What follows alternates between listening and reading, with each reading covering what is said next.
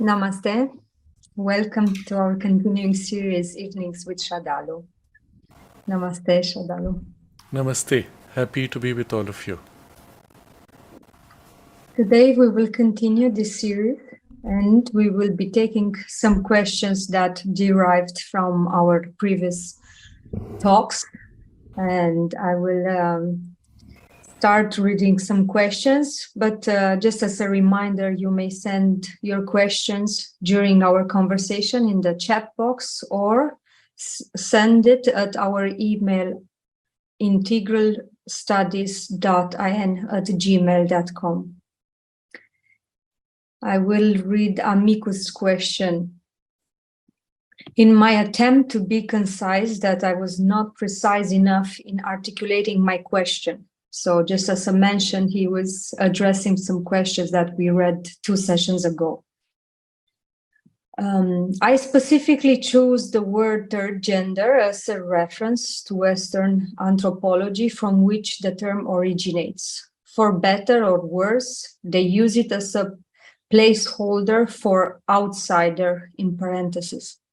It describes a category or various categories of people in several pre-modern societies across the globe who filled the role that was not conventionally male or female, but that was sometimes reversed, sometimes somewhere in between, and sometimes both simultaneously. The third gender here is not about gender dysphoria, although in parentheses, although the transgender agenda will co-opt these traditions, but above many variations of masculinity and femininity and the way societies accepted and integrated them into communal life. Sometimes these cultures, especially in a more tribal context, recognize these individuals as intermediaries between the physical and the subtle planes and gave them special ritualistic functions. You still see in this way hijaras will bless newlyweds for fertility, but in Africa and Native America, they were even oracular and shamanic.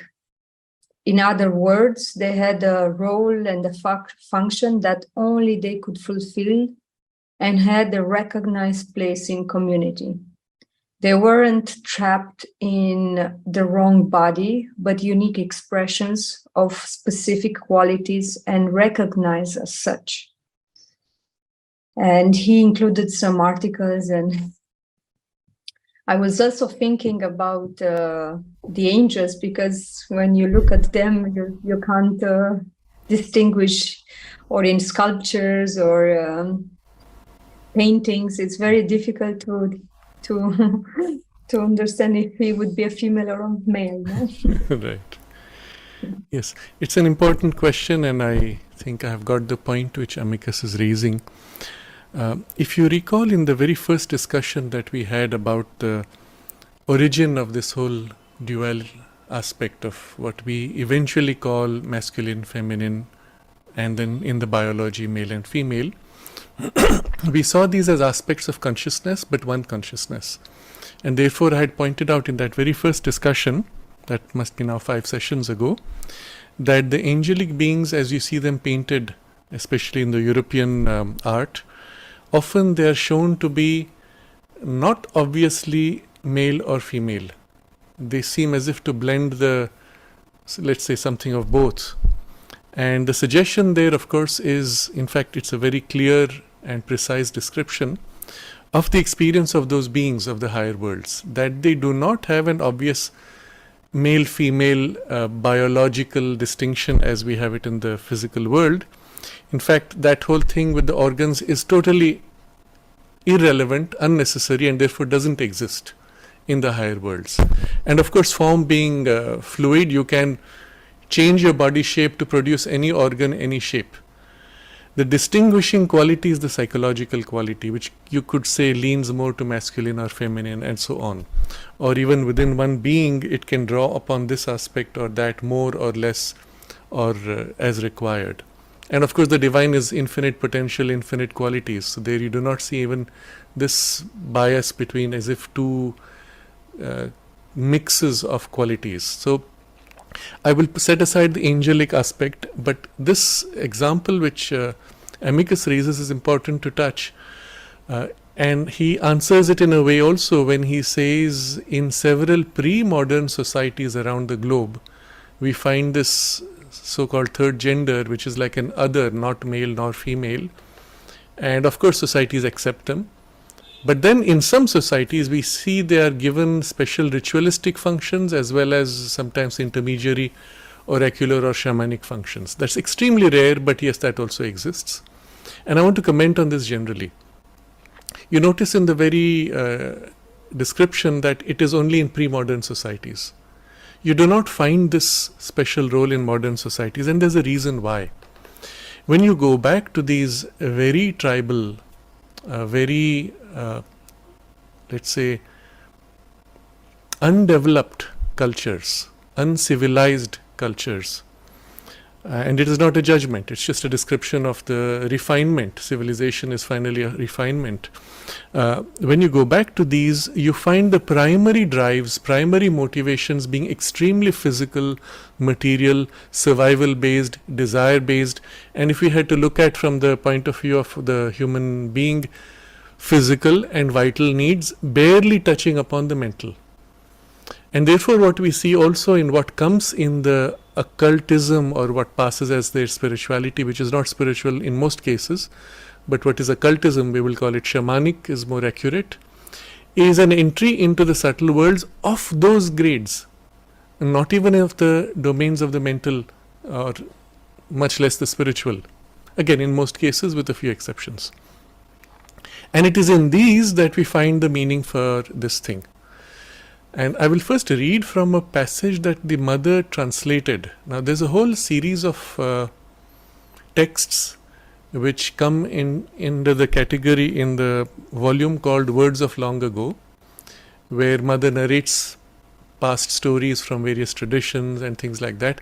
Among them there's a collection of translations which she has taken from various traditions and then made commentaries on those translations. I think part of her work was as if to draw the best from the past which would be useful for the future, and also to show certain universal common principles among them. So this one is titled Sympathy.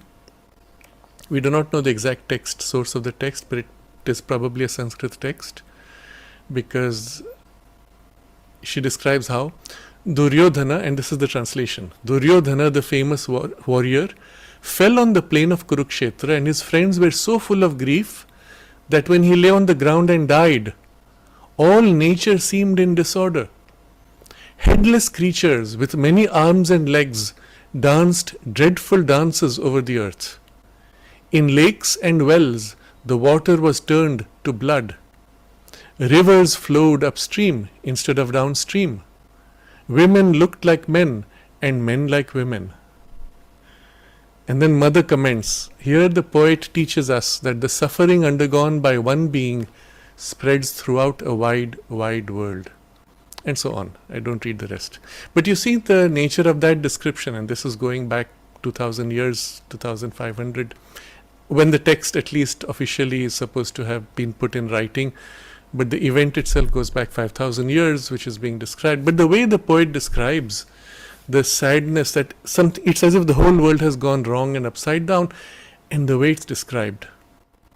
Beings with many arms and legs doing dreadful dances, water turning to blood, rivers flowing upstream, men like women who look like men, men who look like women. Now the whole inherent to this is the reversal of all values, the reversal of that which is nature, the reversal of that which is life-giving, and its perversion therefore becomes life-destroying. And you'll find almost every tradition, wherever there is an attempt to rise beyond the immediate low-grade physical vital values into any mental qualities, mental values, you will find that this inversion or reversal, etc., is looked down upon. But when you fall back to certain tribal customs, where the access was to those very low-grade beings and low-grade worlds, then those inversions are actually used to appease certain deities, powers and forces of those grades.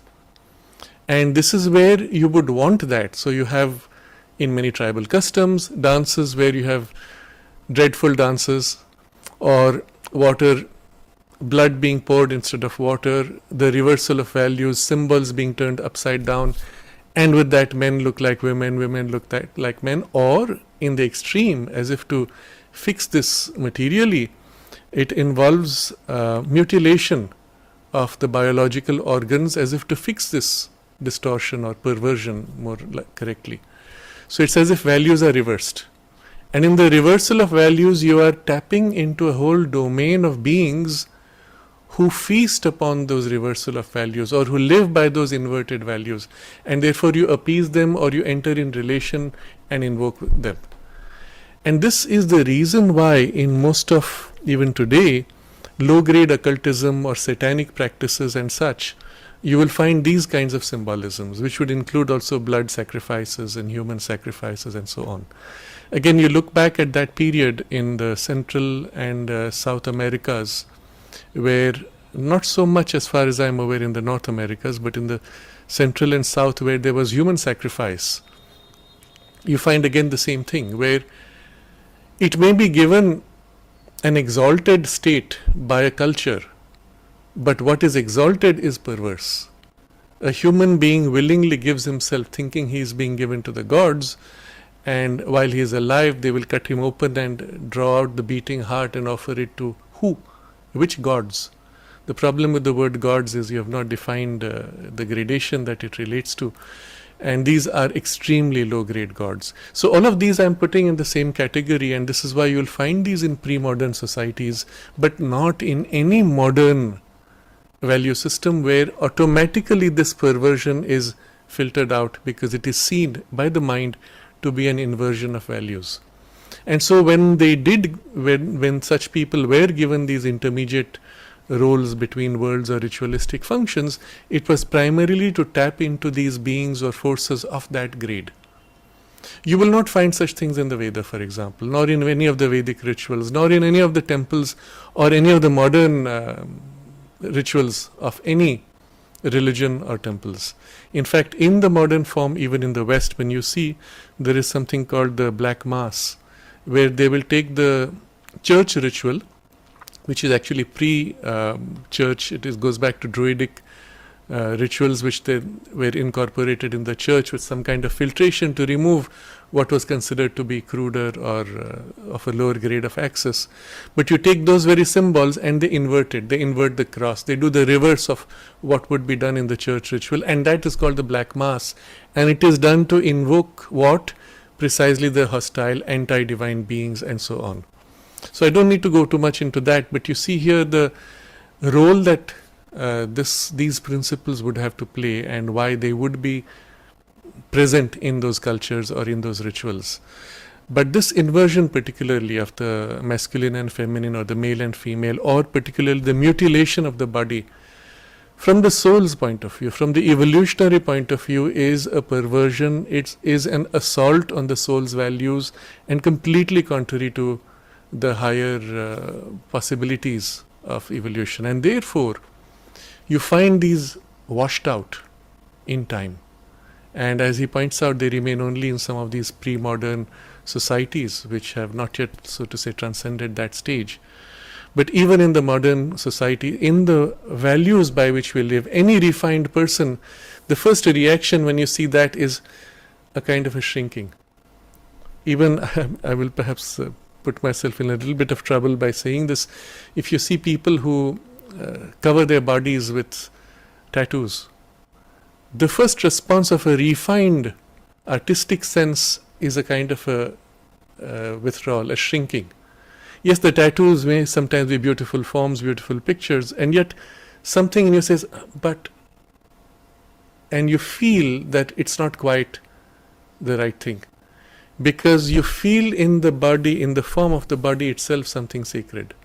And even though you may imprint on your body a sacred image, the act of fixing it in that way and the manner in which the tattoo comes, sometimes you feel something, no, it's not quite, it doesn't feel right.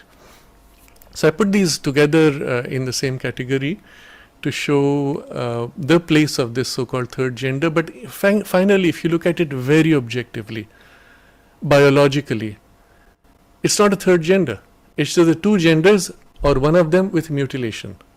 Mutilation does not make for a new gender, and mutilation may make for an otherness, or society may find them uncomfortable, or society may include them because it wants to not break out, and so you find what he has also described as societies accepted and integrated them into communal life. The example given of hijras in India, you'll see this actually goes back to a certain period when the kings were, it was acceptable for the kings to have many wives. Some of it had to do with the fact that these were alliances with neighboring kingdoms. So the fact that a daughter of one king was married to the son of another king made for a relationship which would hold, especially if they had a child, then it's as if these two kingdoms find a point of unity around which we can avoid war.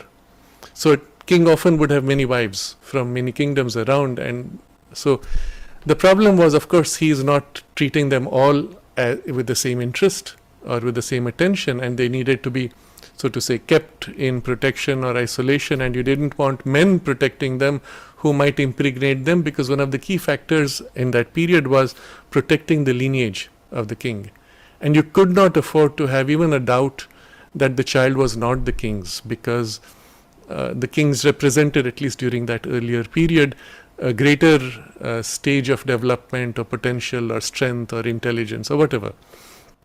And so what they did was they allowed this mutilation of men who would then be there to protect the harem, but because they were mutilated, it was sure that there would not be any chance of wrong fertilization.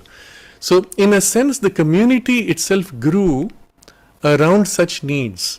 But when you look at the need itself, you can see there a kind of a perversion. But you might say it was acceptable during a certain phase. Today it's not. But as a result, the community itself existing then had to be accepted because it was playing a role in that framework of society, and therefore it was integrated in various ways. And then euphemistically somehow you say, it is a good luck. So sometimes when something falls and breaks from your hand, someone will say, yes, it is a sign that it is good luck. It's a euphemistic way of turning what seems to be negative into a positive and things like that. I think that should cover what I have to say about this. And I'm looking at it purely from the spiritual and evolutionary point of view. From a social point of view, as I said, at various levels of development of society, these things can have a place or not. But as you can see, the fact that it has not survived is a sign that it has not a place in the future. But the attempt by certain groups to revive or to raise this kind of a inversion or perversion of values and promote it, you will see all of those groups belong precisely to those who access the lower grade satanic and other kind of ritualistic functions for whatever cause or interest that they may have. Maybe we may touch upon this later as part of some other discussion. But I think with this, I want to conclude with, Amicus sent several links to articles. So I just opened the very first one and I wanted to compare something about that. So just as an example, what happens here, the article is titled Gender Variability and Third Gender, and I'm reading from it. And it starts with some of the most compelling evidence against a strong biological determination of gender roles comes from anthropologists. And so it describes Margaret Mead, 1935, one of the first anthropologists to study cultural differences in gender. In New Guinea, she found 3 tribes. Again, it has to go back to that pre-civilizational stage. Okay, and there, 3 tribes whose gender roles differs. In the first, Arapesh, both sexes were gentle and nurturing. Both women and men spent much time with their children in a loving way and exhibited what would normally call maternal behavior. Different gender roles did not exist. And in fact, both sexes conformed to what Americans would normally call the female gender role. Now mark this very interesting bias. Then she goes to the next one, the Mundugumur. Here both men and women were fierce, competitive and violent. Both sexes seemed to almost dislike children and often physically punish them. Gender roles did not exist. Both sexes conformed to what we Americans would normally call the male gender role. And then finally, in the third tribe, where gender roles did exist, one was dominant, efficient, assertive one, showed leadership in tribal affairs, while the other sex liked to dress up in frilly clothes, wear makeup, and giggle a lot. And Mead found the gender roles similar to those found in United States, but with a twist that the women were dominant and the men were the one wearing frilly clothes and makeup. Now, this of course created a lot of controversy. There are even people who have questioned whether she has even exaggerated and tried to fit it into an agenda, and other such researchers will show similar variations. Then of course they come to in India, the hijras and various other such to say that these are special, they are sacred, they are neither man or woman. But you see, again, it is a distortion of the truth. The fact is, there is a fundamental bias in the very perception, let's say, of Margaret Mead, where she describes the role of men as fierce, competitive, violent, disliking children and physically punishing them. Now, to me, this is so disturbing. That masculinity is defined by the fact that you dislike children and punish them, and you're violent, coarse, fierce, crude, and that's not the sign of masculinity. Now, if you look at the origin of the whole feminine and masculine, there's nothing there of this kind. And so what you have to recognize, these are barbaric cultures. They're emerging out of barbarism. And of course, in different parts of the world, the emergence may have different biases across genders. But the fact is, there were always two genders. Whatever roles they played were still two distinct roles. And where in the first case, the Arapesh community, they were both gentle and nurturing. They all spent equally loving time in what would be called maternal behavior, what Americans would normally call female gender role. And again, I will question, even in America, this would not be considered normal, that this is female role only. You will see men who are just as caring, as affectionate, and yet masculine in their caring and affection. And women equally caring and affectionate or taking leadership roles, and yet women in their feminine way as leadership role. So the whole problem comes from an attempt to have warped the concept of masculine and feminine into certain extremes, which obviously was the bias in Margaret Mead's mind, which may be specific to the American culture in which she grew, or the part of America where she grew, where this was a distortion. And so her distortion, she is now as if projecting onto the rest of the world and valuing them in terms of her limitations. And so what I want to point here is, just because there are academic papers published and academic discussions taking place does not mean they have any real objectivity or even factual basis. They are extremely biased. They often have very profound agendas, and maybe I will touch upon this a little bit, that it will explain why this whole thing has come up in such a dramatic way all of a sudden. You see, in academia, one of the goals in the whole attempt to live up to the academic objectives is get funding and publish papers, become famous and be recognized as an authority. Now, you cannot be famous or recognized as an authority unless you have published enough papers, which you cannot do without plenty of funding. And you're going to live as an academic, you need the funding to live. Someone has to pay you for doing what you do. You can't be just teaching, because you also have to become famous, for which you have to publish papers and so on. The trick is this: as you go up the chain of the academic, let's say, hierarchy, you come to the controllers of academia. These are the people who decide where the funding will go. They set the rules of who can get funding and who will not get funding. And often in the rules itself, they put the bias. If you do not satisfy these conditions, you cannot even apply for funding. So what's the game there? What happened suddenly, and this is, I think, going back now 12 or 13 years, around 2008, 2010, I'm not sure the exact date. All the funders of the awards for novels, for cinema, for fiction, for theatre, all the awards put their criteria. And the criteria became something like this. Unless you have a significant character who plays either a gay or lesbian role, and who has a significant role because of their gay or lesbian character in the outcome of the story narration, we will not even consider your story, cinema, theatre, etc. for the award. Now, just changing that one rule, immediately all the writers began to incorporate these roles into their stories. And just like that, overnight, across the world, for all those writers who are chasing the award, who are chasing fame, who are chasing funding, this happened. Suddenly all these stories had this, all the cinema and theatre had to have these roles. Otherwise, you'll not even get accepted for applying to get an award. You'll be rejected straight away on the first step. Then they did something else, which is also something strange, which most people don't know about. There is something called an ESG score, which is an environmental, social and governance score, which apparently was promoted by the United Nations. And every multinational company who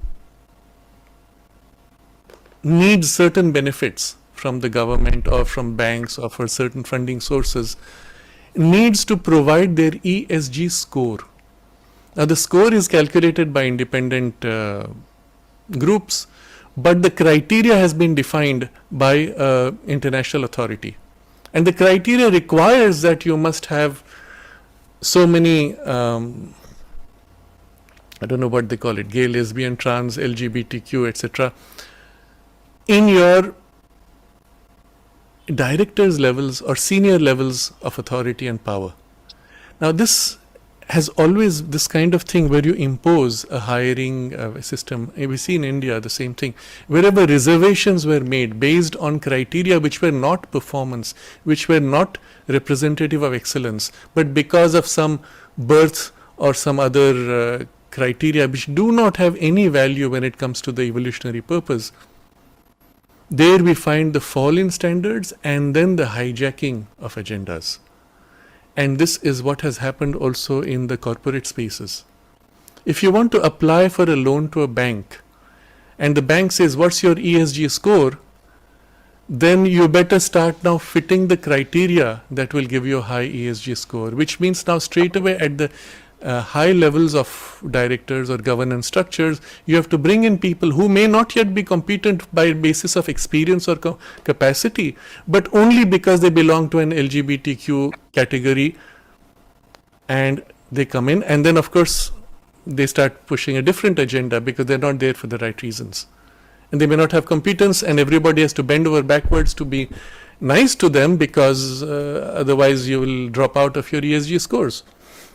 Now, I'm explaining this because you have to understand why suddenly you see this sort of thing happening. So recently in the United States, there was a beer company which decided to promote as their brand somebody who was a gay person, and immediately drew a strong flag.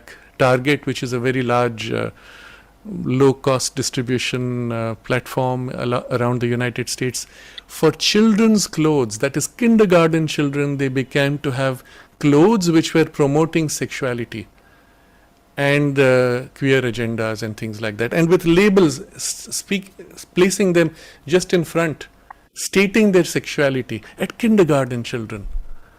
And the person who they hired to do this is a known self-declared Satanist who designs clothes that says Satan loves pronouns, for example.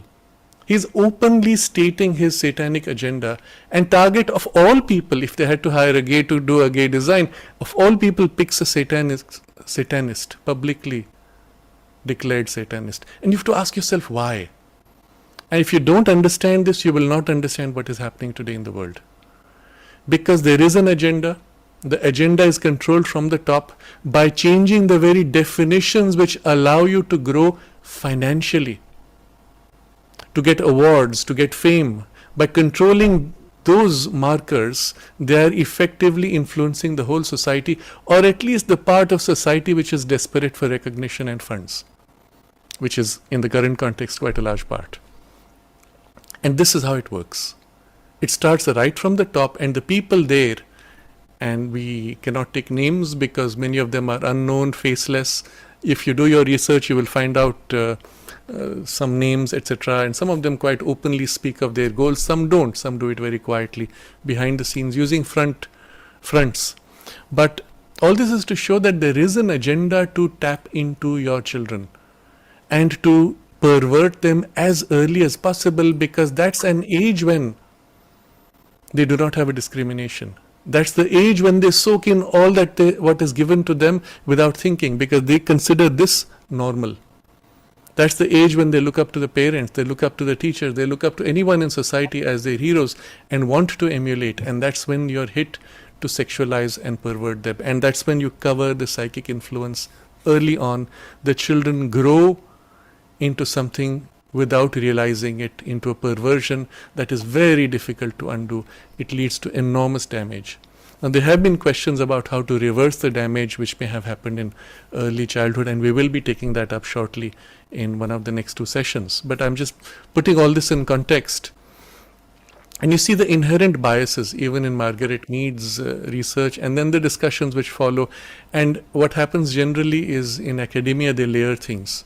So one person has made a statement and they will build upon it. Nobody bothers to read the papers. Nobody dares question because now it is accepted in academia and so on. So I think this is broad enough as an explanation for the place of these third category or outsiders in pre-modern societies across the globe, but also what it represents from an evolutionary point of view and why this is coming up in a strong way again, because there's a part of humanity or a large part of humanity that, there's a controlling part of humanity that wants to push a large part of humanity down, and then there is a part of humanity that wants to rise, and we have to choose which side we will take.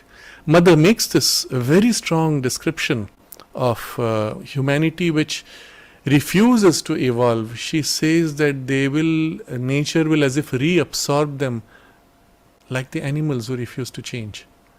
Reabsorb. She uses the word abolished, extinguished from the evolutionary passage. So there's as if right now there's this rising movement in humanity, and there's a part that chooses to rise and a part that refuses and falls back, and then a gap forms. And there are forces which want to push down and prevent the rise. And we have to understand this is a battleground today. Be very careful for yourself, make your children conscious, and protect them. We can go to the next question. Mani sent a letter and we made it a bit smaller. So he wrote in part 1 on the masculine and feminine. Can we do one thing? I'll put Mani's question last. Can we go to the next one then? Because then we'll continue this topic. Woman artist. We will take this woman's artist. Yes, please. What is your view on transgender changes? Skip that. Put a cross there. Yeah. We'll look at it later. Okay. So can too much into the sex changes, hormonals, and other treatments bring contact with vital occult worlds of harmful kinds? Yes. So she had a question earlier which we just skipped, which had to do with the transgender, which we have already discussed, so I didn't want to go back. But this point of the question is important. Can too much of attention on sex change, hormonal and other treatments bring you in contact with vital and occult worlds and be harmful to the children? Yes, that is the whole point of the agenda. And that's why we have to be so careful. First, as a child, you're not considered responsible enough to pass a vote. You're not yet considered responsible enough to make certain critical life choices up to the age of 18, let's say. And yet at a kindergarten age, a child is told you can choose your gender, and based on the choice you make, you can choose to get yourself injected with chemicals that will castrate you for life, or go for surgery that will mutilate you for life irreversibly. And this is completely unacceptable in any civilized society. The values being pushed through are barbaric values. They are pervert values. They come from perverted interests. And we have to stand very firmly about it. We can tell the child whatever it is, or we can tell the agents of this kind of an influence. Till the child is an adult, you do not sexualize them, you do not interfere with their healthy growth. Once they are old enough, they will choose what they like on their own, they are free to. But until such time, we have to protect. But the question specifically is about opening to vital and occult worlds. It can come from many sources. One of the most common is the use of drugs. And this is extremely dangerous because it straight away just drops the natural boundaries which protect us from the level of consciousness at which we are living, which is typically physical, vital, and a little bit of mental. And suddenly the barriers removed, you are exposed to the vital worlds. And then depending on the plant, depending on the drugs used, you are accessing the lower vital, higher vital, or something in between, but always close to the physical world. And the result is you're exposed to these beings. And because it was done by the mechanism of a drug, you have no way to protect yourself or close the gates. Let's say, for example, by some method that you had, you opened the gate into the vital world. And you saw something beautiful, you say, yes, I'd like to see more. You saw something ugly, well, what would you do? You shut the gate. Except that the gate opened was using this thing which went into your bloodstream, and until it is washed out of your bloodstream, you cannot close the gate. You are helpless. And with an open gate, those beings can enter you. And this is one of the biggest dangers of opening to drugs. I know of many cases where, having been once exposed to one of these very low grade beings and being attacked under the state of those substances, the person never recovered. Or the thing which got in entered his consciousness, took a hook, and the hook stayed permanently for life. And these are extremely dangerous. Fortunately, most people are reasonably strong in their boundaries, that even though this barrier is removed and something attacks you, let's say a few weeks, a few months, sometimes a few years later, at least you might have healed enough. But those whose boundaries are very weak, they can get damaged and scarred for life. That is one. If you bring in the hormonal changes and sex changes, again, the impulse behind that is to damage them. And especially with the hormonal drugs, for example, when there is a sudden movement, sudden changes, there is a huge confusion that is created. The formative period itself is destabilized. Once that destabilization takes place, the person is as if open to all kinds of suggestions because the layers did not form in a healthy way. And if behind that there was already a power, a force of an occult kind, then it uses those vulnerable moments to gain an entry. The fact, for example, that children are, and it's very disturbing to say this even, there are in New York state, city, and in California in certain places, they have what is called family-friendly transgender bars. So children, kindergarten age, are taken by parents, and then there is a transvestite who is doing some drag show, very garish, ugly, sexual, provocative. Now here's a vibration where all the different energies of a very low kind are attracted. People are normally wallowing in those kinds of energies and those feelings and sentiments, and the child is being exposed to that. Yes, they can get in because the child is vulnerable. And it's a similar thing if you take them to a party where there's very low grade of vibration, where things are happening of a very low kind which attract forces. Well, the child will get under those influences. He may not realize it because he is vulnerable. The force gets in, he gets a high, and then he is reminded of that high. And that is what he attaches himself to, and that habit may stay into adulthood. This is the time when you must most carefully protect the psychic growing, nurturing influence. Let that be the first criteria. And anything which is contrary to the psychic must be avoided. You must protect in the most exaggerated way if possible, until they are old enough. And the child may claim, you did not expose me to the real world. Well, for your own good.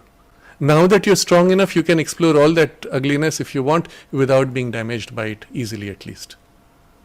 And so we have to be very careful. Ideally, it would be the sign of a refined society that the whole of society makes this choice to protect the children and to lift and refine values. Today, it's the sign of a collapse of civilization in a large part of humanity, that there is a turning to these lower values and an active promotion of these, and especially aiming at children. I mentioned last time that even this is happening now through Disney cinema, which we used to trust as children's movies, and they've started getting into an agenda of a very crude and coarse kind, very dangerous for the children. So yes, it is harmful for children at an occult level. We go to the next part of the question. Your views on the increased hype about having to have a boy girlfriends, kissing and sexual attraction, etc., from a very young age, early teens, pre-teens, even encouraged in schools, teenage movies, novels, social media forums, friends and peers, especially in many developed countries. And then she makes some more notes. Sometimes it becomes an issue of put downs, status, and or popularity with peer dynamics and social pressure. How to insulate your kids till they grow more mentally and emotionally mature from this pressure and popular trend that tends to focus on and promote such as necessary and healthy part of growing. How to also bully-proof kids, make them resilient in difficult situations of peer pressure and or negativity, and difficult classroom situations of aggressive, insulting teachers, especially when social influences affect the young age sensitivity and vulnerability so deeply. Yes. It's the continuation of what we have been discussing. This whole hype, first she's referring to about children having to live to certain sexual practices or activities which would be perhaps in the domain of a more developed adult life, is part of that agenda to sexualize children very early on. And I've mentioned this before, so I won't repeat. But this being an agenda, you cannot be silent. You have to counter that propaganda. You have to push forward what is your agenda. If you don't push, then your children will get swamped by this confusion. Ideally, what you will do is you will tap into the innate knowledge of the children. If the child has not yet been corrupted, something inside already knows, and it feels this as crude, ugly, garish, repulsive. It feels the vibes. It sees a form, it sees an action, it feels the ugliness. So if your early years you have provided a nurturing environment where the psychic influence can be, so to say, nourished, the first contact with anything which is contrary, they will feel, something is wrong. And then you point this out. You say, look, these are values which are contrary to you, contrary to your deepest truth, contrary to your highest aspiration. These are values which are perverse. And yes, there are activities which belong to an adult life, and when you become old enough where this will be a part of your life, then, you'll have your relationships. If you choose to have a family, you'll have your children, etc. But when that happens, you'll be ready for it. When that happens, at this point, your body is growing. You have to protect what you're growing and the values by which you grow. Now, even if you had girlfriend, boyfriend, sexual attraction, kissing, yes, these are there. In what way? What value? Is the girlfriend-boyfriend thing an attempt at domination of peer values? I am so great because I have so many girlfriends, boyfriends. So this has become in the social media already a reference point. I have 20 followers, you have only 5. No, I don't even know the reality today. They boast about 300 followers. And they're building followers. So if something similar comes, they don't even know what it means. And then, have you kissed? No. Are you still a virgin? Oh. And these are the things where they're imitating cinema. So first of all, if we could correct it on that level of the propaganda that comes through cinema. Let's assume we are not able to. Give them the discrimination. You will see all this in cinema. If you feel uncomfortable, it's not for you. Don't believe just because it is you're shown young people doing it does not mean young people actually do it. I've gone in various contexts in American universities. I felt the vibes, the atmosphere. I looked at the children. None of them had anything of what you are shown in Hollywood cinema of children of that age. If you look at Hollywood cinema of the children of that age, you would think that's all they do. Girlfriend, boyfriend, kissing and premarital sex. You look at the real ones, they are busy. Many of them are very innocent and very clear and pure, and they would find that detestable. But they will look at that and say, oh, are we supposed to be doing that? I'm not doing it. Something must be wrong with me. You tell them nothing is wrong with you. You are the normal one. That's the abnormal one. Don't follow that. You have to follow what is true for you. You have to tell them that. Tell them to distrust cinema and media and the examples shown. Tell them there is an agenda to pervert you sexually, so do not follow that. When they do come to of an age, when they begin to feel the sexual attraction or they begin to want to experiment, you will have to explain to them the importance of conservation of the life force. That these are acts in which the life force is thrown out. The same life force which is helping you grow in intelligence and strength and health of your body, immunity. So conserve as much as you can. Yes, there will be attractions, etc. Well, keep them within check. Don't get carried away by it. As you grow, you will learn to develop healthy relationships, and eventually you will find the right person with whom you will have a long-term relationship and family. But right now, don't get swayed by this. Remember, these things happens to everybody, and you can give your own experience. I felt these things at this age, and then I held back, and until I met, the other parent of the children, when I felt, yes, he was the right person or she was the right person, and I made a choice. But by then, my body had grown, my intelligence had grown, and so on. You have to speak and explain all this. But it starts by tapping what they already know and then putting the context of the circumstances. It's not done by preaching. It's not done by threatening. It is done by explaining and understanding. Children want to understand. And when you can explain correctly, they get it. So in the part of the question about insulate them till they grow mentally and emotionally mature, yes, part of it is this. There's an example I had long back in Bombay when I was speaking to some of the parents and teachers. One of the parents shared this example because all the other children were going to discotheques. So the daughter of this parent wanted to go. And so the parent was reasonably confident because the child had been brought up with certain values. She said, okay, I will take you. She took her to this discotheque and she said, now you can do what you like. I'll be here. I'll be drinking my lemonade. And when you finish, you can come and we will go back home. So after a while, this girl wanders around and she comes to her mother and she says, Mommy, this place is smelling. It's noisy and it's horrible. I would rather go home. And Mommy brings her home and that's it. That illusion was broken. If she had said, no, don't, when others are going, she would have come under peer pressure and etc. But this could work only because you have already given her the necessary refinement and sensitivity before.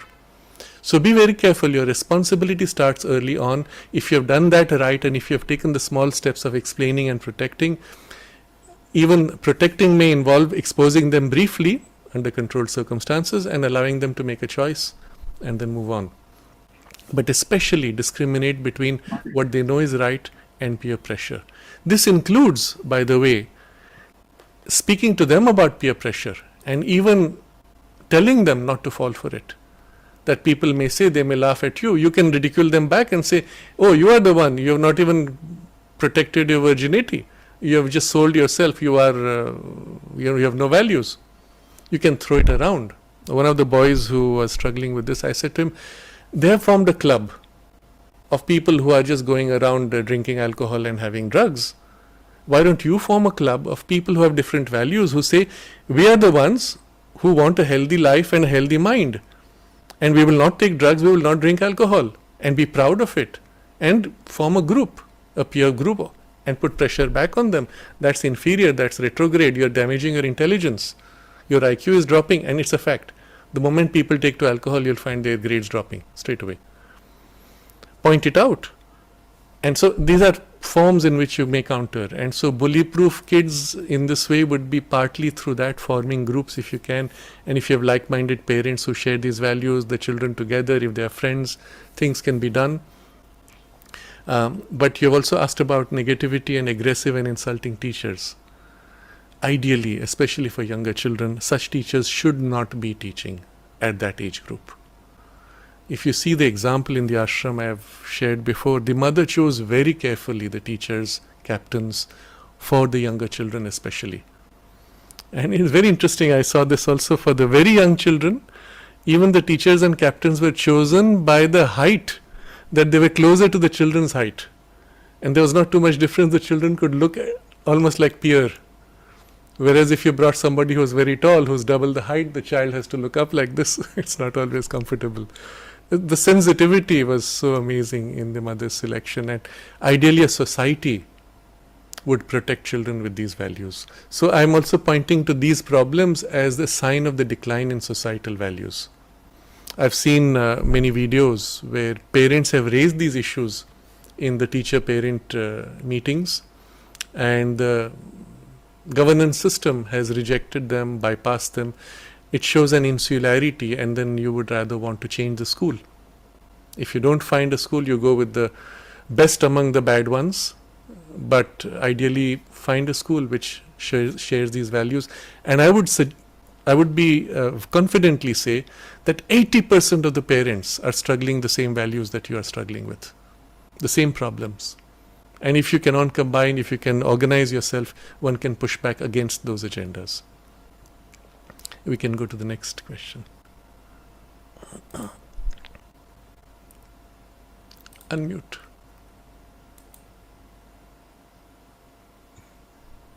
From the same person. This is in reference to your talks on masculinity and feminism and your interesting spiritual perspectives. If you can please elaborate more on overcoming those natural instincts for women about the need for protection, possession, safety, needing to talk about emotions to release their hold.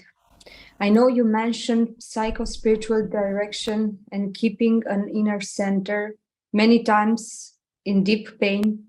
The presence in the heart and above came spontaneously with pressure, and that had a healing effect and deep centralization that felt so safe, deep, and grounding. But don't feel the same intensity always in normal states, unless sometimes in deep meditation when the mind is unruffled. Also, the deep conditioning of family systems, dependency of woman first on father, elder brother, then husband, and then son. If there is consciousness, this can help. But in fear, patriarchal dominance systems, and unconsciousness, they can have a suppressing effect, leading to stunting in the emergence of growth of individuality. It kind of feels these instincts are very deep-rooted, based on a very fundamental need in biology that keeps acting out in subtle ways, like many times in lower chakras, like Muladhara region, and also comes in many ways in dreams, sleep, like embedded in a deep subconsciousness, which is hard to overcome. Even if one tries to be aware when awake, efforts keep getting destroyed in these dreams when one feels the capture and hold of these instincts, needs, fears so strongly and repeatedly that nullify all our outer efforts. When praying for the force, it feels they come sometimes and touch the above regions, head, and sometimes if the mind is not clouded, but below that region, nothing is felt, as though there is a huge unresponsiveness in these lower vital regions and below the navel. And so these instincts keep acting up in various forms and subtle ways in the outer life and prevent clearer decisions, clarity in perceptions, relationships, unless by some sudden deep insight, clarity or love sweeps in to erase the muddiness for a while before they again begin. The psycho-spiritual ways doesn't seem to enter lower regions, or even when these emotions overwhelmed and can't step back or feel the centrality enough, as fruit the pull outside is very strong, that mudless clarity, and like one has to fight hard for backing out to pull the consciousness upwards. Or is it a less development in emotional individuality that is unable to hold all emotions in one place or strangle out from their strong grip and instead look at them from a witness standpoint and respond with clarity? If so, how to grow that individuality? Not sure if all this explanation makes sense, but I'm trying. So if you can talk a bit more elaborately on the subtleties of these difficulties and ways to rise above them. It feels like a fight against physical and emotional biology that is deeply ingrained. So a very defeatist game. I've kept the whole question pretty much as it was because so many things have been touched which I think would be common for many people. And although many of these questions are slanted to the specifics of instincts for women, exactly the same problem exists for instincts for men, with different instincts perhaps, but the issues are exactly the same. And I want to point to this last sentence where she writes, it feels like a fight against physical and emotional biology that is deeply ingrained. So it feels like a defeatist game. There's your key. The roots are in the physical and emotional biology. Well, emotional biology means still touching the biology, the physical basis. And if you really want to get free there, well, then you must tap the physical consciousness. How?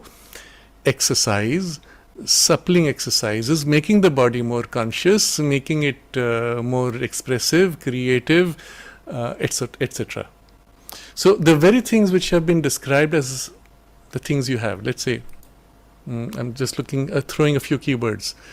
Natural instincts for women, the need for protection, possession, safety, need to talk about emotions to release their hold.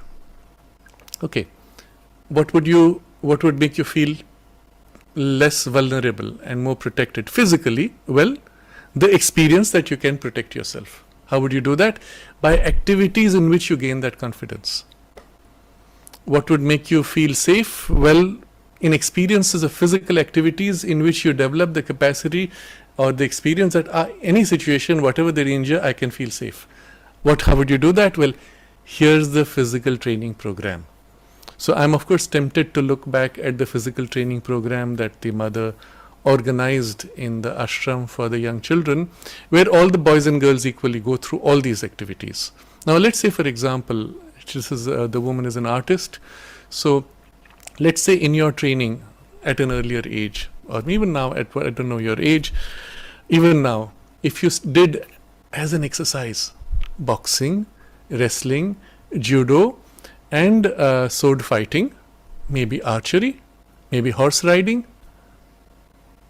and the result of that activity would be you would come down and you will feel there's practically nothing in the world that I need fear, because you've experienced the strength and the capacity and the energetic capacity to push against any threat.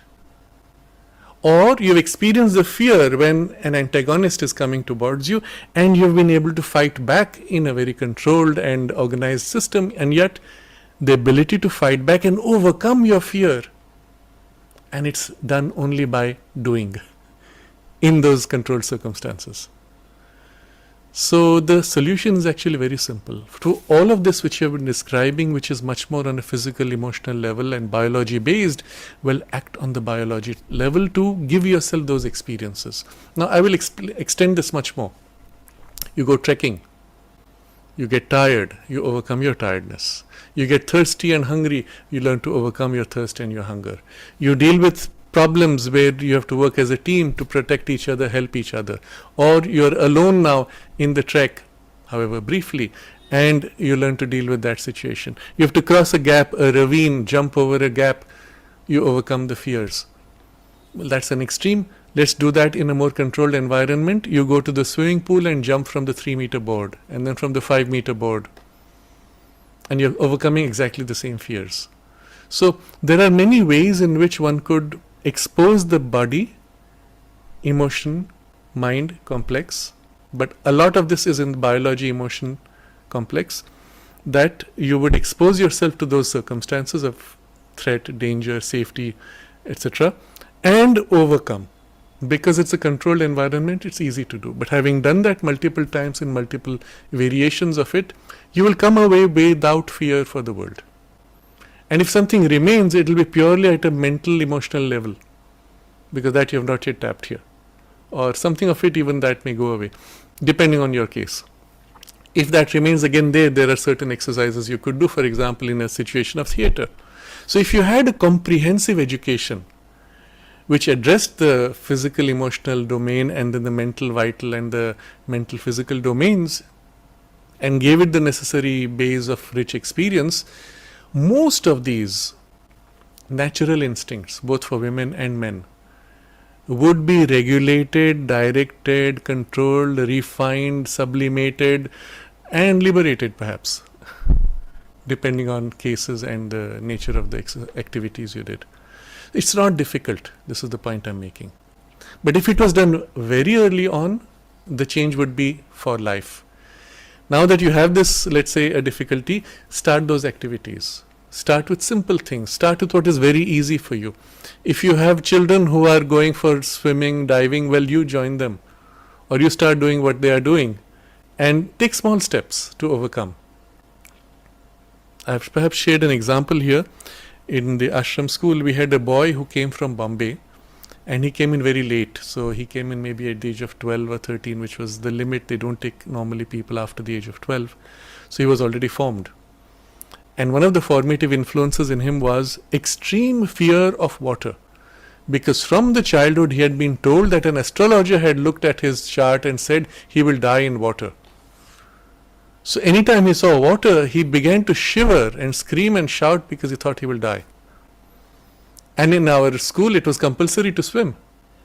So I remember seeing him carefully. Somebody would almost push him, nudge him.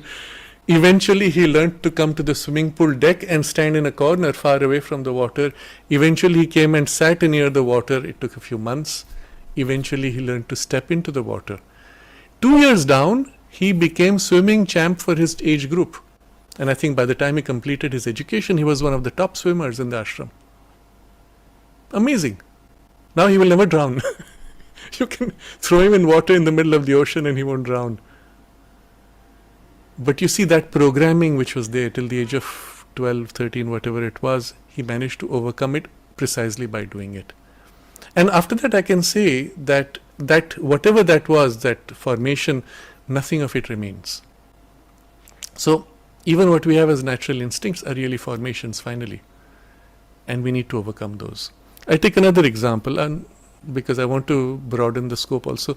Men have similar issues. A lot of young boys, healthy young men, not dead boys, okay, healthy young men have emotional issues. They do not know how to relate to women, especially if they have grown up in schools where boys' schools only.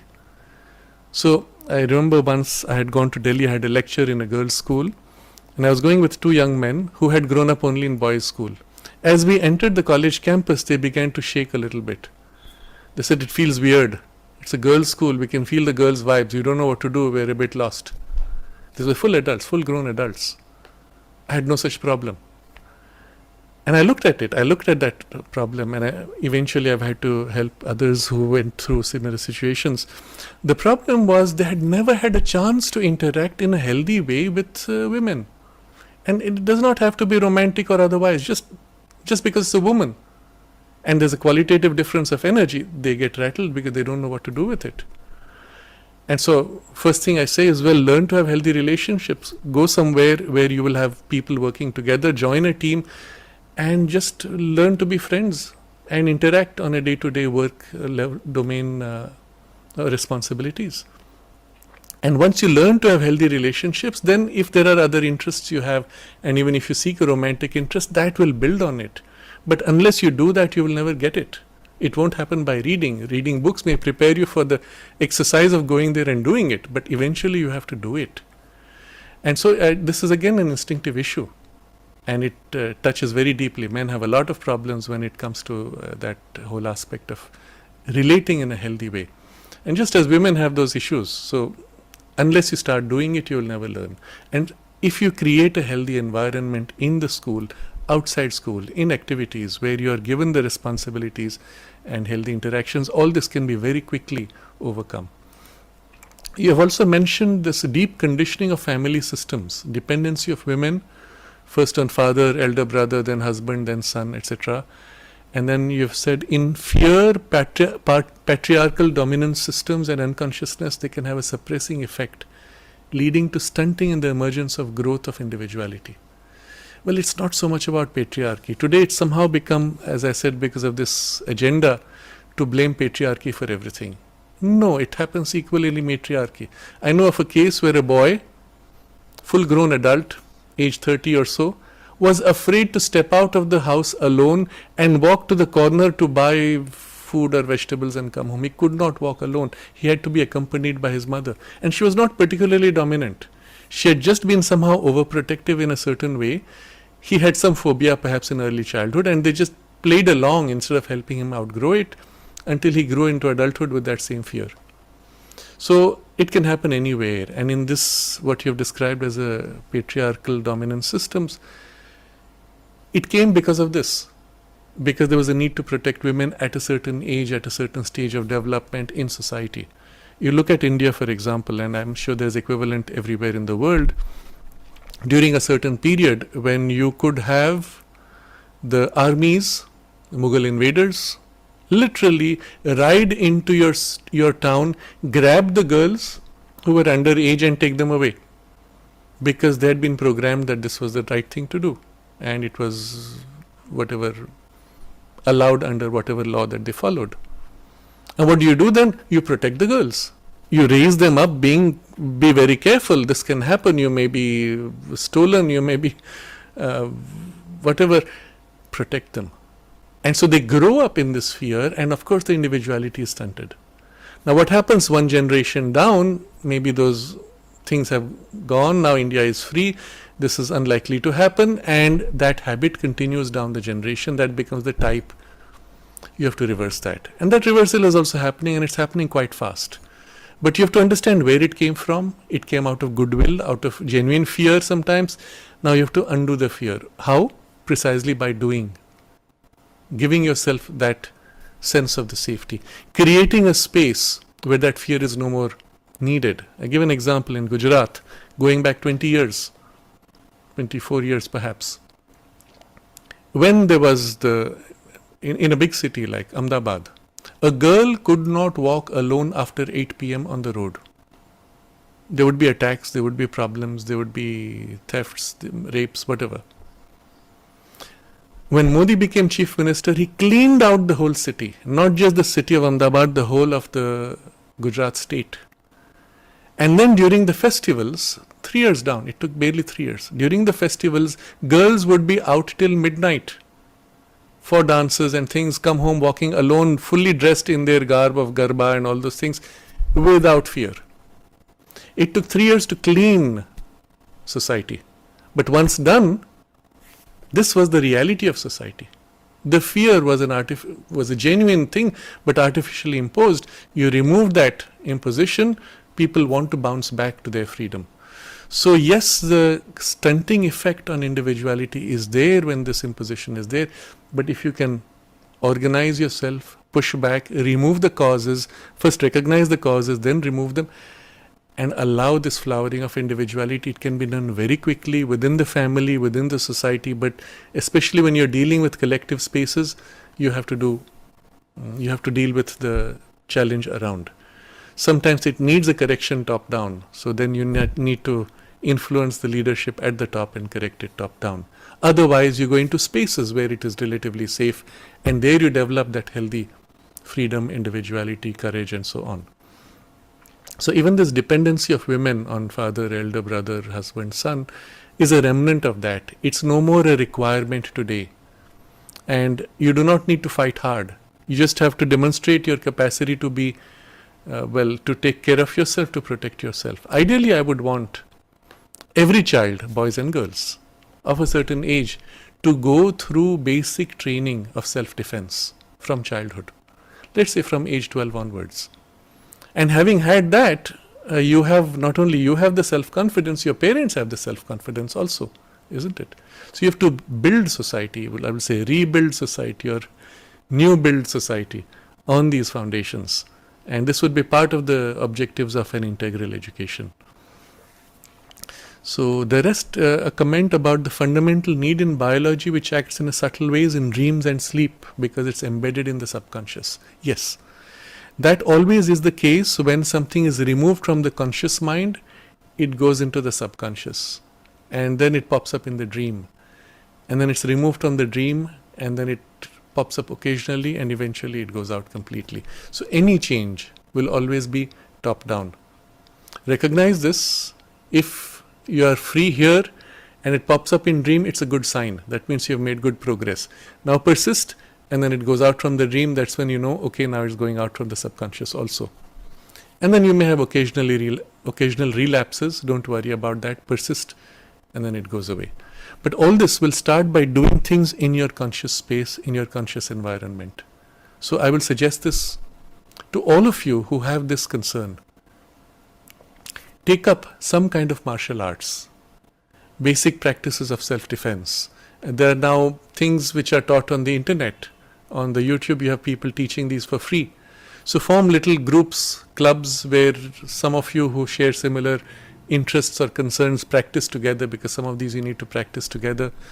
If you can, join a class where you will meet others, and there are other more healthy social interactions that you will develop. But it does not need to cost money. That's my point. It can be done in various ways at no cost even. But then take up other forms where courage is built up, such as jumping from a height into the swimming pool, diving, swimming, diving underwater. Maybe many people have fear when they go underwater and swim. Well, you will overcome these in a healthy way with small exposures and so on. The same with other types of more sporty activities. And that also will seep into your subconscious. You'll find yourself doing those things in dream. And then you know you're completely free of those fears, isn't it?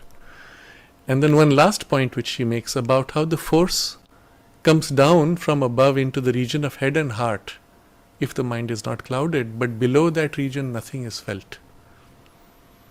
And she says again, the psychospiritual ways don't seem to enter the lower regions even when the emotions overwhelm and cannot step back or feel the centrality enough.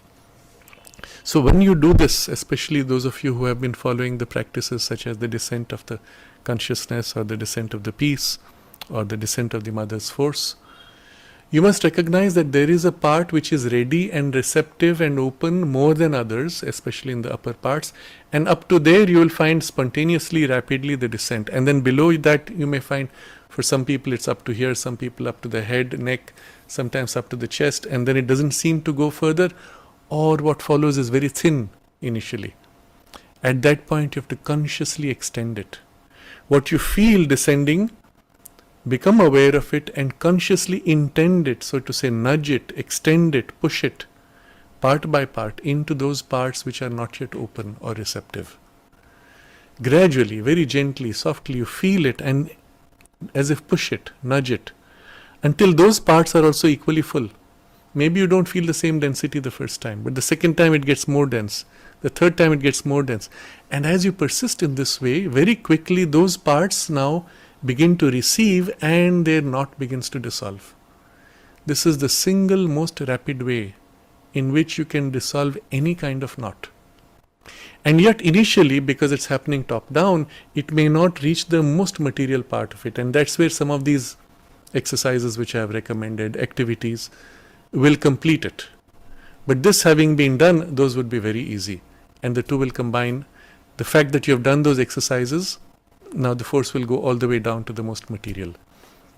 An indirect way to do this would be to take up asanas or aerobic activities, exercises, but done with this intention consciously that you're awakening body consciousness as you do.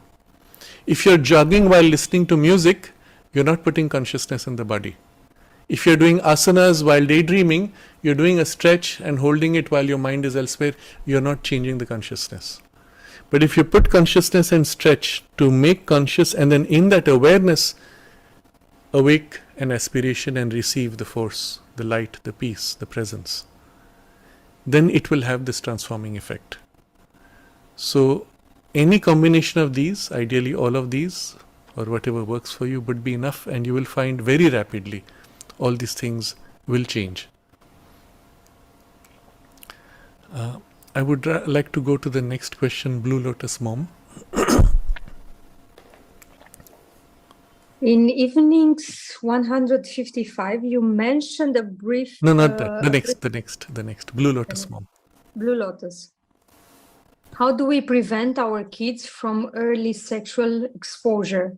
My daughter, 6 years old, came and asked if her friend is a boy and can wear pink. I had to tell it's up to his choice. Here in US, there is so much gender exposure. She says she's a girl and her friend is a boy. Fortunately, my daughter loves to play with cars and trucks, prefer to play with the boys, and feels boy stuff is more fun. But lately, she has been preferring girl teachers than men teachers. Very sweet. So, first of all, when a girl plays with boy stuff or a boy plays with girl stuff, it does not mean anything as the gender brigade would like you to believe. No, they are not of a different gender. No, they are not going to change sexual orientation. No, they do not have a biology or psychology distortion or gender dysphoria. It's just an interest of faculties being activated. That's all. And if you understand that nature wants to develop all the faculties, then just allow them. Whatever interests them, observe which faculties are being triggered. Now, for example, when the daughter plays with the cars and trucks of the boys, she finds it interesting, it's more interesting, more fun. What is she looking at? And look at how she approaches it, and it will be slightly different from the way the boys do it. She'll have a different sense of priorities. She'll have different quality in the nature of the play. Just observe. It's very interesting. It's very educative. And then as you continue, you'll find again the interest shifts. They take on different forms. They absorb new things. Freely allow them. There's no problem. So as far as this is concerned, no issue. But now comes the aspect of now linking it to gender. So this is like boy stuff, that is girl stuff. Or can the boy wear pink? You can say it is his choice, but it's not just about choice. You have to point out it's not just about choice, it's about aesthetics.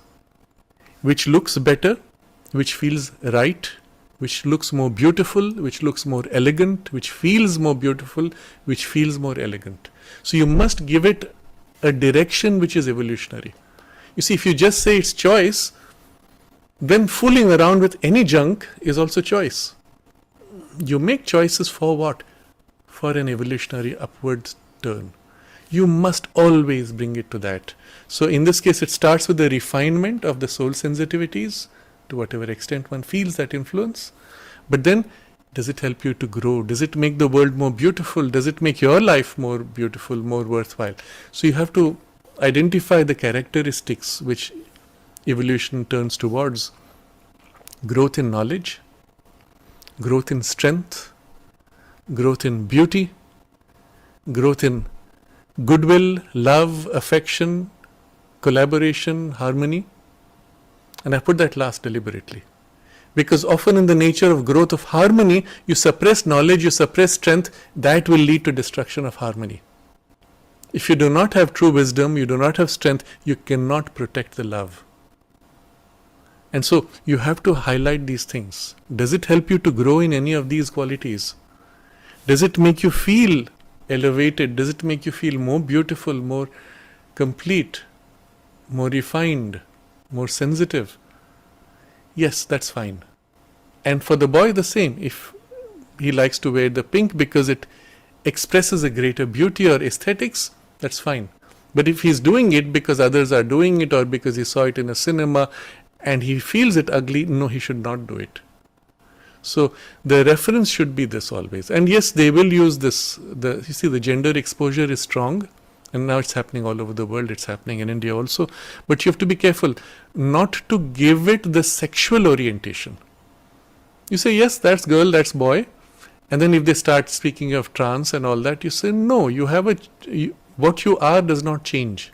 You cannot just fantasize yourself to be something else, and then just because someone is going to say, that's nice, does not mean you have changed. Be yourself first. Be truly yourself. And truly yourself means try to feel as deeply as you can what is true within you. And live by that. Do not compromise that. What that is, you don't worry what others say. You live by that. But as deep as you can. And if you find two things within you which are contradictory, try to feel which is more true, which is more deep, and you can use the reference which will be more lasting. Now there are things which come up. I am hungry, so I will eat whatever is in front of me. It will pass. But if I do something now which will stay with me for the next 10 years, that is a greater truth. Be careful what you choose there. Protect those things which are more essential values. So yes, gender awareness you can't avoid. But what does it mean? You have to define that very clearly. And even if people say, yes, there are so many different kinds of genders and all that, you say no. What you are is you, uniquely. Don't try to follow what others do or what others believe or what others pretend to be. While the teachers may say you can identify as anything, no, you're not here to identify as anything. You're here to be yourself. You need to say this. You see, there's actually, it might sound very strange, but these are actual facts. There are people who said they identified an adult, identifying as a baby. Or somebody who said, I identify as a handicapped person, and then chopped his arm to match his identification. These are all perversions and superficial distortions. There's a mental problem, you say, in those cases, isn't it? So identifying with something on a whim or fancy is not your purpose. Being truly who you are, you must say this. And then at some point, when they do come across the sexual influences, you have to explain to them, look, these things do have a place in life, but right now your body is not ready for it. Your body needs to grow, it must become strong. You will wait for the right time when these things will have their place. And you must explain in these terms. So don't leave it to just choice. Give a higher reference upon which you base yourself for the choices that you make. And so I think with this I'm going to close for today. There are now several questions which have been pending. Many of them are quite diverse, and I don't want to wait to put them into certain categories. So probably the next time we will simply cover many of the pending questions. And then I want to come to that big issue which we have been holding off for a while. What happens if in our own growth of education we have been, for whatever reason, some part of us has been damaged because of a damaging influence in the education, or sometimes from a trauma which came in spite of a good education. And that question is pending because it's a very serious one. And especially today, many of the children today are exposed to things prematurely, and they do come out damaged. Even if they've been exposed to certain kinds of vices in childhood before the body is strong enough, it does leave a damage, and you will have to do something to reverse it. And can we do it? And what can we do? That will be the question later on. But in between, we will take up many of these questions which I wanted to, which we will cover next time. But one thing I wanted to close with, maybe we could go back to, Alina, the question from Mani. Mani. To keep that for the last. Masculine and feminine. In part one of this series, you mentioned that in the Bhagavad Gita, Sri Krishna describes 6 gradations of relationship between soul and nature. 1, witness; 2nd, upholder; 3rd, sanctioner; 4th, knower; 5th, controller; 6th, enjoyer. I'm currently reading and exploring Thoughts on the Gita by M.P. Pandit. Last night I was reading where he said, through relations, we develop our approach to God. Could you please elucidate further on enjoyment? M.P. Pandit referred to the impassive enjoyment of the impersonal self. I take it that there's enjoyment there too. On all levels, there is enjoyment. Just as there is direct enjoyment of the Lord and the soul partaking in that enjoyment as it realizes itself as a portion of the Lord through self-surrender and adoration. Is all this enjoyment ananda, the joy of a conscious being as it becomes? And after some break, however, since then, I have further read in M.P. Pandit's book, Thoughts on the Gita, and he has answered my question about enjoyment most beautifully. I should have known he would get to this. Feeling blessed, nonetheless, for the teaching. So no need for an answer now. I will have more patience for next time. Yes. But the question was about, is everything and all these relationships of soul and nature really an aspect of enjoyment? So I kept the question, and I will, since he does not need it anymore, but still I will build on this a little bit. And it will be a good theme to end on. See, Sri Aurobindo gives a very different sense of purpose to the spirituality, because the spirituality is affirmative and not ascetic, not a withdrawal from the world. So he goes back to the very roots of the cosmos, to the very roots of creation, and finds at the root all this is founded in the delight, in the bliss, in the ananda of the divine, and everything that manifests originates in the bliss. This was a fundamental difference from his poise versus Paul de Richard, who came with a different poise, who said it came from the divine will or creative impulse. Sri Aurobindo says, no, the origin is in the bliss. And so I will read from Sri Aurobindo. There is in his Thoughts and Glimpses, where he says, and I won't read the whole, just these few lines. He says, the meeting of man and God must always mean a penetration and entry of the divine into the human, and the self-immergence of man in the divinity. But that emergence is not in the nature of an annihilation. You don't just dissolve and cease to be. Extinction is not the fulfillment of all this search and passion. See, the whole of our life is a search and passion eventually. You see, even when we are looking for searching in people or through people, we are actually searching that, not realizing. So, extinction cannot be the fulfillment of all this search and passion, suffering and rapture. The game would never have been begun if that were to be its ending. So, what's the point of this game? He explains, delight is the secret. Learn of pure delight, and thou shalt learn of God. And he continues. So those who are interested, please read the whole text. And then Mother reads from this. And somebody asks her, this is in the questions and answers, how can one learn of pure delight? And then the Mother explains what to do. First and second, and then after that, the third step. So 3 steps she describes. First, she says, first of all, to begin with, one must, through an attentive observation, grow aware that desires and satisfaction of desires give only a vague, uncertain pleasure, mixed, fugitive, and altogether unsatisfactory.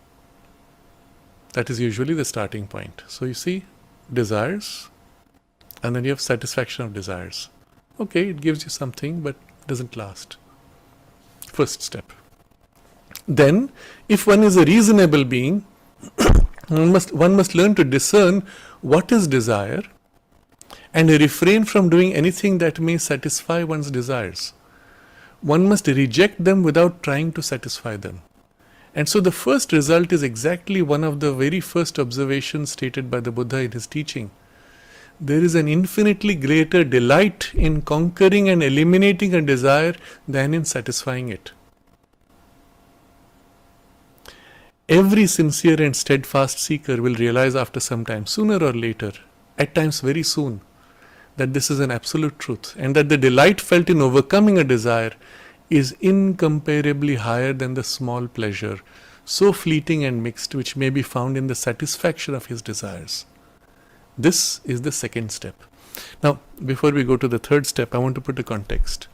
This description is not just for all of us, it's equally for the children. You may use different vocabulary to explain. So you will explain to them, especially in this subjective age where everyone is told, do what you like, follow your heart, follow your impulse, follow your desire. No, you observe that yes, you can satisfy your desire. Today you can buy anything, do anything pretty much with the increase overall in the wealth that we find. Children can literally demand from their parents a mobile phone every few years and they gift to them. But very early on, observe that yes, you have a desire, but what's the point of just satisfying it? Is there something else you could do which will be more worthwhile? And then observe, and for children, it's about postponing the desire. I'd like to eat ice cream. Okay, we will do that when it's lunchtime. We will eat ice cream when it's lunchtime, not now. So you teach them to postpone the desire, postpone the gratification, postpone the satisfaction, and this is how they begin to acquire basic control over those impulses. And that once acquired throughout life, you can say, okay, I would like to do that. Well, do I need to do it now? I can hold off. I'll do it when I get the chance or when it's the right time for it. This is going to be very important in the basic education. But then we come to the third step.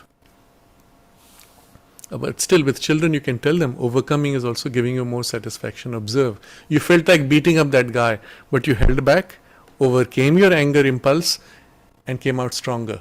Notice how much more satisfaction it gave you, how much growth it gave you. So these, as they grow older, you will do. But that's still step 2. Step 3. Naturally, with this continuous discipline, in a very short time, the desires will keep their distance and will no longer bother you. So you'll be free to enter a little more deeply into your being and open yourself in an aspiration to the giver of delight, the divine element, the divine grace. And if this is done with a sincere self-giving, something that gives itself, offers itself, and expects nothing in exchange for its offering. So you have this joy of giving. I belong to the divine, to the mother, to the love, to the divine grace. Expects nothing in exchange for its offering. One will feel that kind of sweet warmth, comfortable, intimate, radiant, which fills the heart and is the herald of delight. So the true delight will follow that. That's just the beginning. It's preparing you for the true delight. And then she says, after this, the path is easy. Very interesting. Very simple, actually. But notice the 3 steps. First, simply observe that satisfaction of desire is uncertain, pleasure, vague, mixed, fugitive, unsatisfactory. It comes back or it demands something new. It's unending. Second step, you learn to postpone, you learn to put the desire in its right place, you learn to overcome the desire even as needed. And with that, you find a much greater delight which comes from that overcoming. Much greater than the pleasure of the satisfaction. So here you begin to distinguish pleasure and the deeper, higher satisfaction of a joy, delight, fulfillment, etc. And that's lasting. This is momentary, superficial. And then comes the third discipline, where you enter a little more deeply into yourself, open yourself in an aspiration to the giver of delight, the divine element, the divine grace. So the 3 ways she articulates it, whichever you find more easy. Observe what the 3 mean for you, pick that which is easier for you, and the self-giving to that. And with that, you begin to feel that sweet warmth, comfortable, intimate, radiant, which fills the heart and is the herald of delight. And after this, the path is easy. One more thing I will read from Sri Aurobindo regarding this, and we will complete with this for today.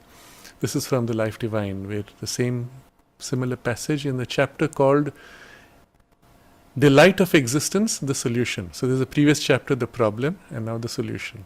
And here he says, delight is existence. Delight is the secret of creation.